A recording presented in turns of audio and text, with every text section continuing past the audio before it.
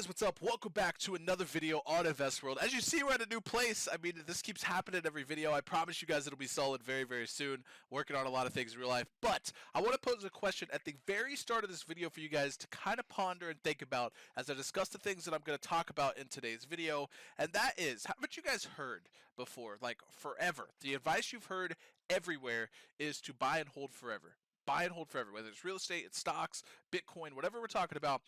Buy and hold forever, right?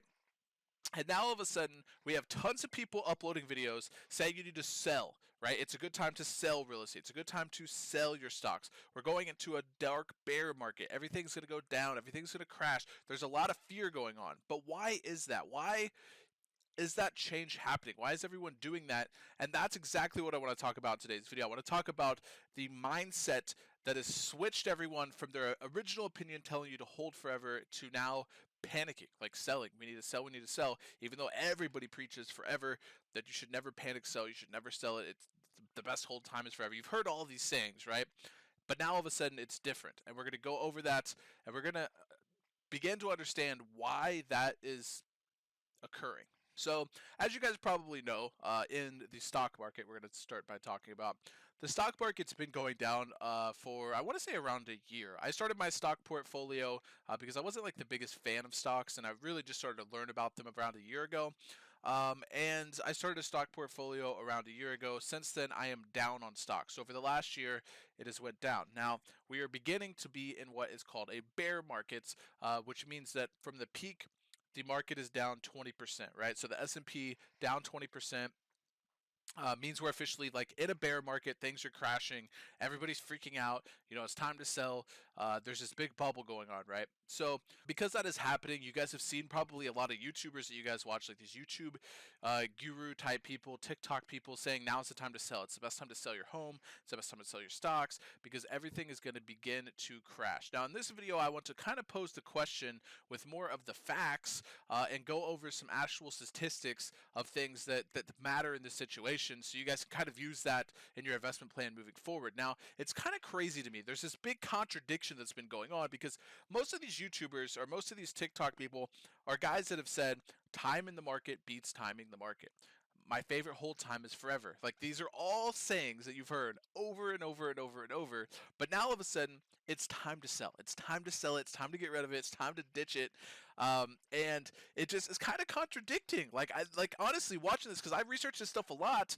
So I do watch a lot of this content because I kind of want to learn like what everyone says, right? So like me personally in my life, what I hear with people around me, I hear people talking about how things are going to be so bad, how, like, I heard someone say stocks are going to zero, and I was like, well, if stocks are going to zero, we have a lot bigger issues to worry about in the world. Like, if you're telling me Amazon goes to $0, and Apple, and Tesla, and Google, like, dude, we got bigger problems going on, right?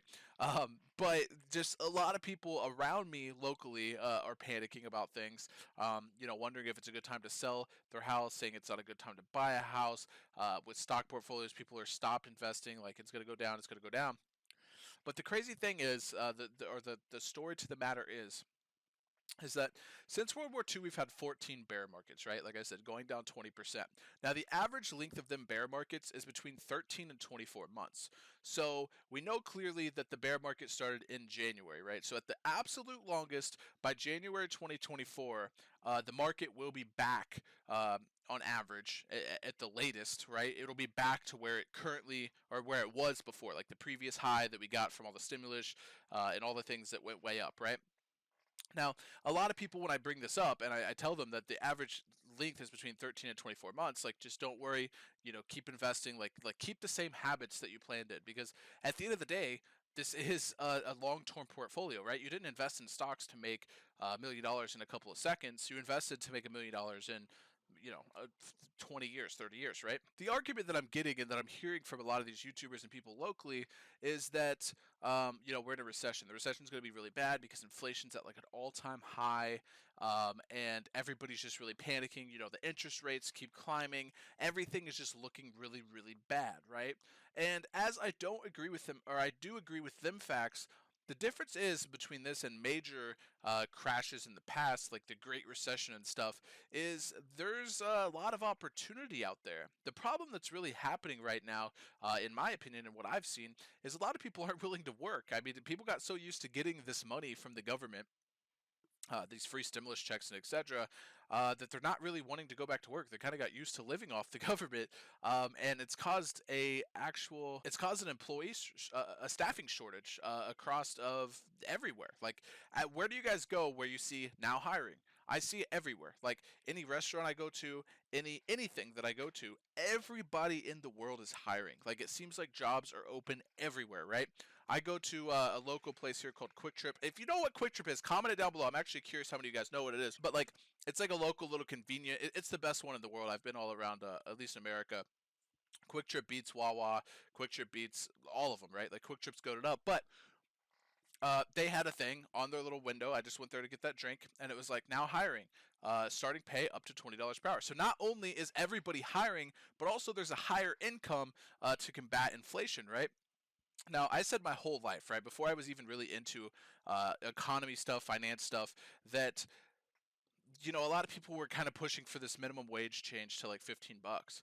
And then before I knew anything about it, I was like, I think that's a terrible idea because if you start paying, bottom level workers $15 an hour, that means your gallon of milk is now $7 or $8, right? Your gallon of gas is now $5, right?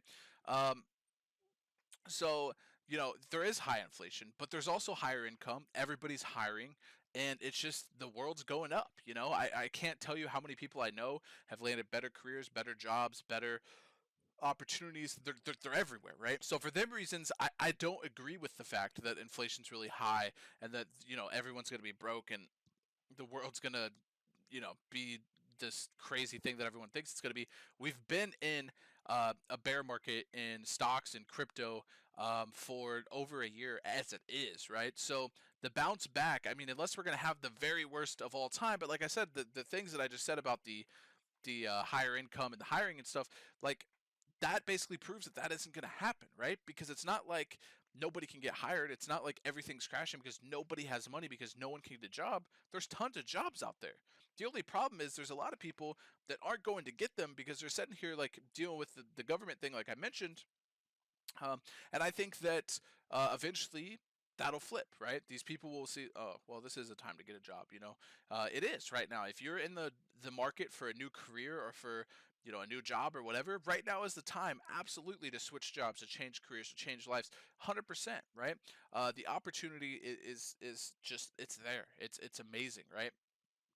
And one last thing that I want to see, that I want to mention is when in doubt, zoom out. I think that's a very, very, very important saying, and I think that's a very important thing to think of right now. Like a lot of people are panicking because everything's going down. There's reports now of housing going down. This video is more about stocks, but the housing going down. Stocks are going down, crypto's going down. There's all this stuff, but when in doubt, zoom out. Long term, when has housing ever went down? Never.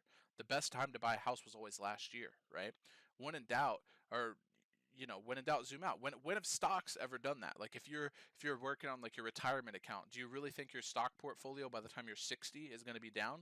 Because if you look at history, it's just not going to happen, right?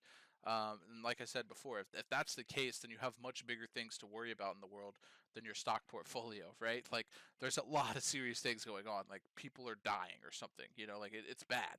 So I just wanted to make this video kind of to classify because I'm seeing all this, like people saying, I sold my portfolio, sell now, like market's going down, blah, blah. I see all this clickbait and all this stuff going on.